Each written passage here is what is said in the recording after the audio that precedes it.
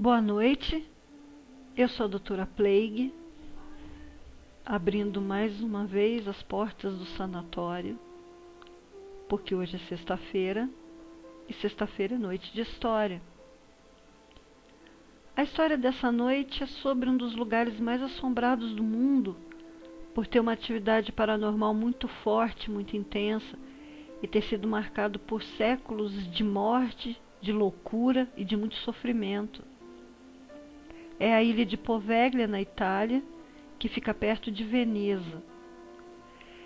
Dos relatos que se conhecem do começo da história dessa ilha, já dizem que ela era um lugar para onde os romanos levavam os corpos dos soldados mortos em batalha e também dos inimigos para que fossem cremados lá, devido à distância da ilha para o continente. Muitos anos depois, a peste bubônica chegou e começou a dizimar os países da Europa. Em Veneza não foi diferente, e a praga avançou, contaminou muita gente e muitas pessoas morreram. Como a doença não tinha cura e cada dia fazia mais vítimas, em pouco tempo toda a cidade já estava contaminada e os cadáveres iam aumentando. As famílias deixavam nas portas sinais de cruz que eram para avisar que haviam doentes e haviam mortos lá dentro. Nisso, homens com o rosto tampado por um pano, tocando sininhos, passavam com umas carrocinhas e iam recolhendo os corpos. Mas com o tempo, já não tinha mais lugar suficiente para enterrar esses corpos, e eles começaram a ficar acumulados e amontoados na rua. Em cada esquina, em cada canal, em cada rua havia um amontoado de cadáveres apodrecendo. E isso gerou mais contaminação e mais morte. Foi quando o governo lembrou que a ilha, que era afastada, já foi usada para queimar corpos. E a partir daí começaram a levar todas as vítimas da peste para Poveglia para serem cremadas. Então, todos os dias partiam dezenas e dezenas de barquinhos lotados de corpos rumo a Poveglia. Com o tempo, outras partes da Europa também começaram a levar para lá os seus mortos. E a doença não dava trégua, mas pessoas se contaminavam, e a solução encontrada então foi começar a levar para lá também os vivos, também os doentes. Mas seria qualquer pessoa que apresentasse sinais de doença. Mesmo que não se tratasse da peste, um simples espirro, uma gripe, um resfriado, e a pessoa já estava condenada para ir para lá. Então, na ilha, vivos, mortos, doentes e sãos, que certamente iriam ficar doentes também, conviviam no mesmo lugar. A ilha vivia envolta por uma nuvem negra de fumaça dos corpos que eram cremados dia e noite sem parar. Plague Hills era o nome da ponte onde se faziam as fogueiras, ao lado daquela ponte. Para debaixo da ponte eles empurravam os ossos, as cinzas, e é um lugar assombrado por espíritos que procuram e chamam pelo doutor. Eram os doutores da praga que usavam aquelas máscaras semelhantes a corvos, com aquele bico comprido, onde eles colocavam ervas aromáticas que serviam para disfarçar e amenizar um pouco o cheiro da morte. E eles iam lá para dar algum conforto para os doentes, mas era só um conforto mesmo, porque todos que estavam lá já estavam condenados. A areia de Poveglia não é areia.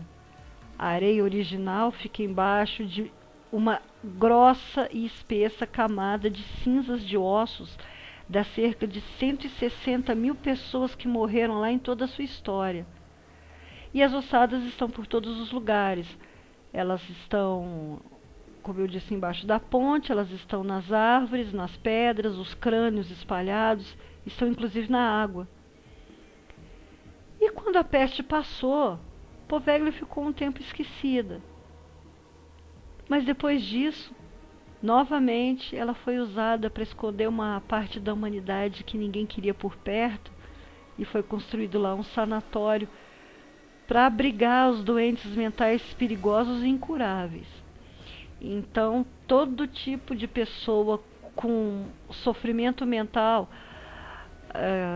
e perigosos, estupradores, psicopatas, serial killers, eram internados lá. Só que depois acabou ficando lotado, porque eles também mandavam para lá os doentes mais tranquilos, às vezes suicidas ou com simples quadro de depressão, e eles viviam lá todos misturados. Os doentes afirmavam que ouviam vozes na ilha. Eles escutavam gritos e choro, e eles sentiam cheiro de fogueira. Só que ninguém dava atenção, porque afinal eles eram loucos. Mas também os próprios enfermeiros e funcionários escutavam passos nos corredores e sentiam presença quando não havia ninguém por perto. Eles também ouviam gritos e às vezes eram até atacados. Mas eles não se arriscavam a contar isso para ninguém, porque eles também poderiam ser chamados de loucos.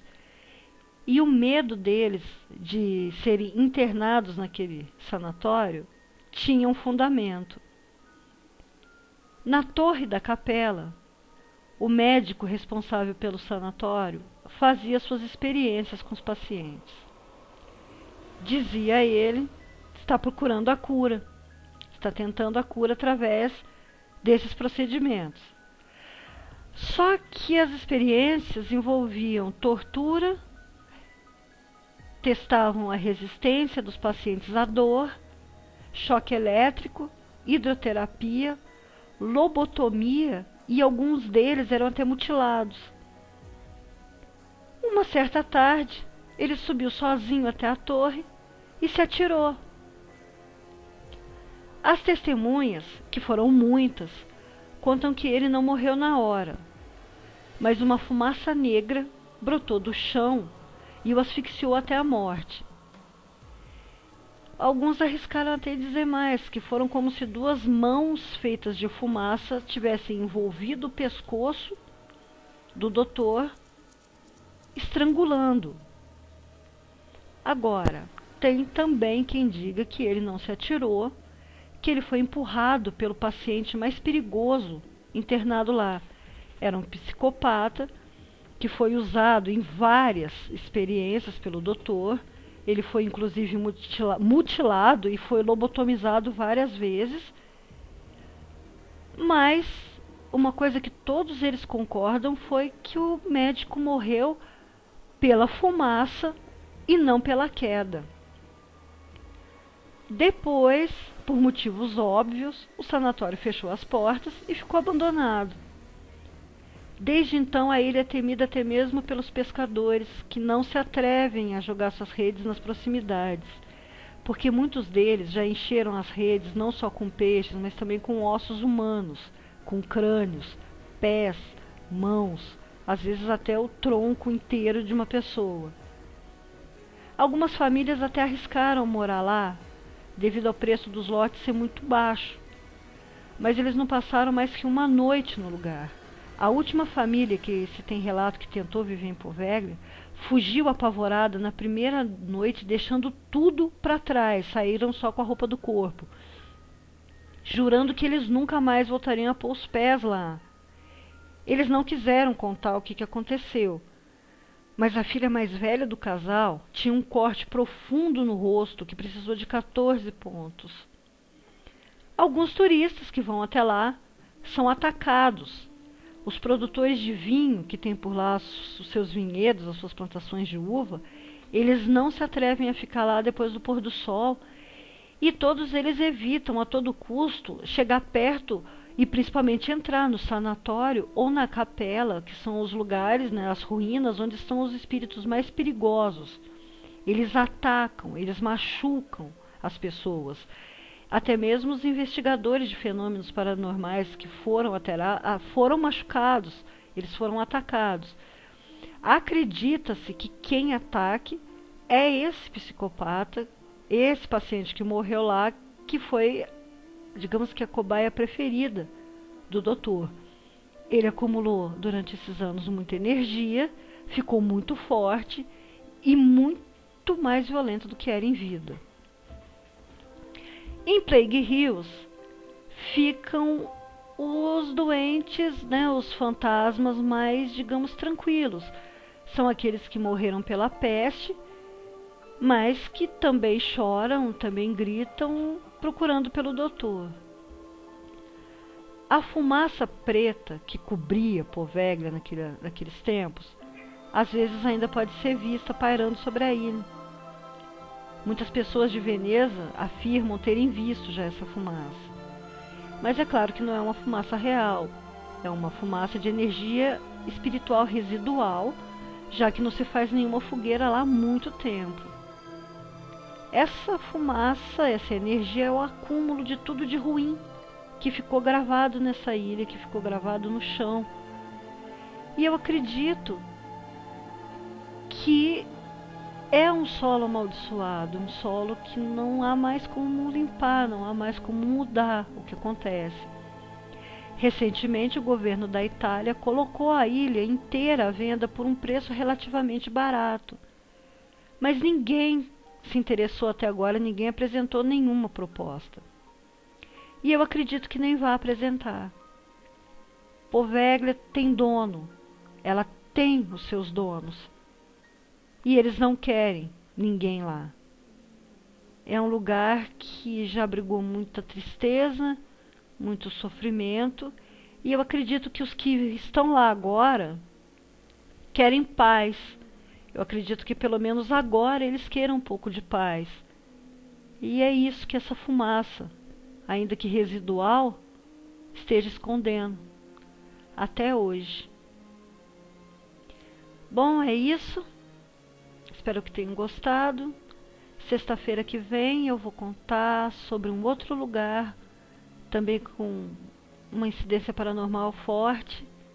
Um lugar também marcado pela loucura e pelo sofrimento. Se gostaram, não esqueçam de me ajudar, por favor, dando um joinha, se inscrevendo, indo na página do Facebook. Semana que vem eu volto, abrindo as portas do sanatório mais uma vez com mais uma história. Agora vão dormir.